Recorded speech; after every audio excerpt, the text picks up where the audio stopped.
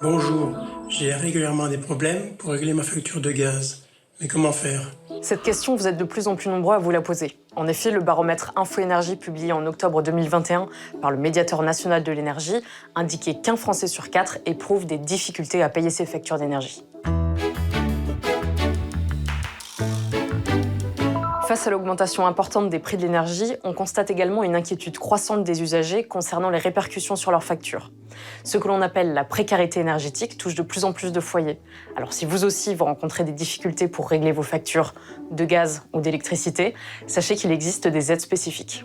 En effet, et la première chose à faire en cas de souci de paiement, c'est de prendre contact avec votre fournisseur d'énergie des réceptions de la facture.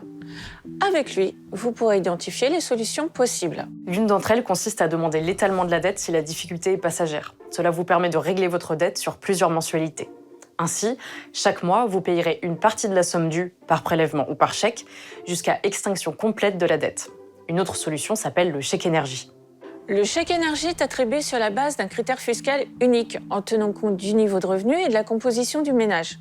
Les personnes éligibles n'ont aucune démarche à faire. Elles reçoivent automatiquement le chèque par voie postale. Pour connaître toutes les aides existantes, n'hésitez pas à vous rapprocher des services sociaux de votre ville ou de votre département, ou bien à consulter un point conseil budget dont la liste est disponible sur le site du ministère des Solidarités et de la Santé. Ces derniers pourront par exemple vous orienter vers l'aide du Fonds de solidarité logement géré par votre département, qui peut être octroyé pour vous aider à régler une partie de votre facture.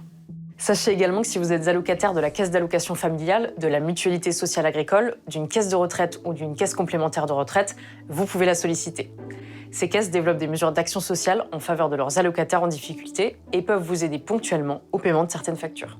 Enfin, chaque fournisseur doit avoir des correspondants solidarité-précarité, chargés d'accompagner les consommateurs les plus fragiles. Voilà, vous savez tout, ou presque tout. À très vite pour un nouveau Consomag et retrouvez toutes les informations sur inc-conso.fr.